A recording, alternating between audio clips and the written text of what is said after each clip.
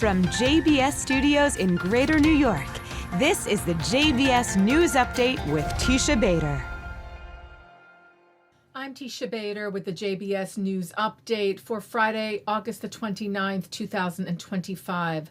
The remains of 2 hostages were recovered in a complex military operation in Gaza. The IDF said the body of Ilan Weiss, who was held hostage for 693 days in Gaza, has been recovered in a joint IDF and Israel Security Agency operation.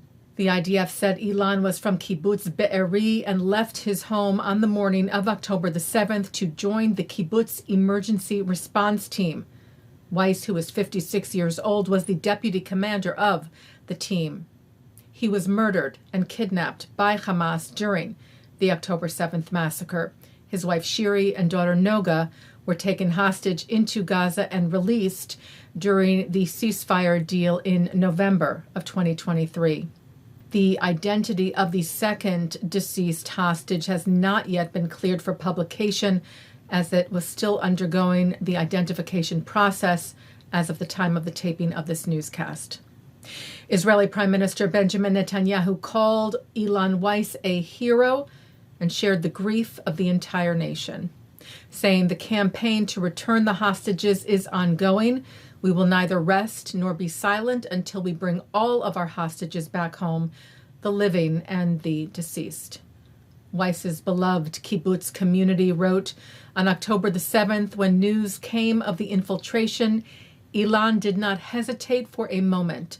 Despite the grave danger, he left his home to protect us, the members of Be'eri.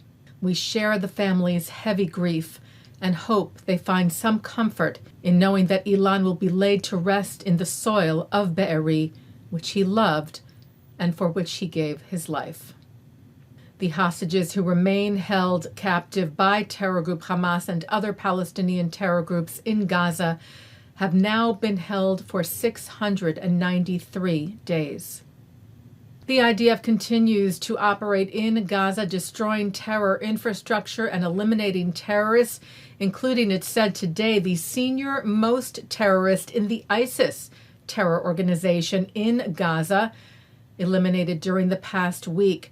The IDF said he was responsible for setting policy, planning, and executing the organization's methods of operation in the areas of Judea and Samaria, the Gaza Strip, and the Sinai Peninsula, and for transferring combat equipment and funds into Gaza.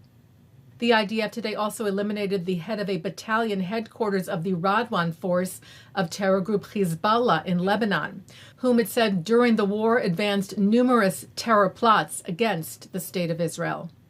And the IDF confirmed operations last night in Syria, where it said IDF forces detained suspects engaged in promoting terrorist activities against IDF forces in southern Syria.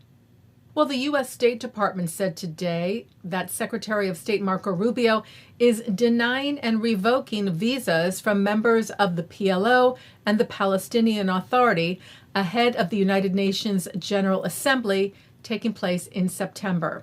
Writing, the Trump administration has been clear it is in our national security interests to hold the PLO and PA accountable for not complying with their commitments and for undermining the prospects for peace, stating that before the PLO and PA can be considered partners for peace, they must consistently repudiate terrorism, including the October 7th massacre, and end incitement to terrorism in education.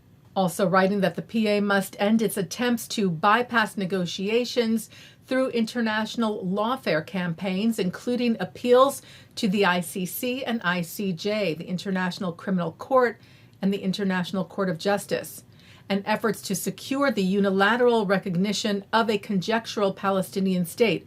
Both steps, it wrote, materially contributed to Hamas's refusal to release its hostages and to the breakdown of the Gaza ceasefire talks. The State Department added that the U.S. remains open to re-engagement should the PLO meet their obligations and demonstrably take concrete steps to return to a constructive path of compromise and peaceful coexistence with the State of Israel. Authorities in Vermont are investigating a threat made against several synagogues in the state. Local news WCAX cited an internal email from the Vermont Intelligence Center that was shared with them of death threats against the synagogues over the situation in Gaza. Anti-Defamation League New England Regional Director Samantha Joseph said no religious community should have to worship under the shadow of threats and intimidation, calling on all Vermonters to stand together against this hatred. Taking a look now at our programming for tonight on JBS for Friday, August the 29th. Live Shabbat services are coming up at 6 o'clock from New York City's Central Synagogue, followed by Shabbat services from the Hampton Synagogue. At 8:30, Justin Pine speaks with Shai Held about Teshuvah, repentance for the high holidays, and more. At 9:30, Abigail Pogrebin speaks with author Mitch Albom. At 10, I speak with Shira Averbuch about her new Hebrew children's album. At 10:30, it's a replay of the services from the Hampton Synagogue, followed by a replay from Central. And coming up next, a look at this week's Torah Portion. And that's the JBS News Update for Friday, August the 29th, 2025. I'm Teisha Bader. I will be back on Tuesday after the Labor Day holiday weekend. Wishing you a Shabbat Shalom, Am Yisrael Chai.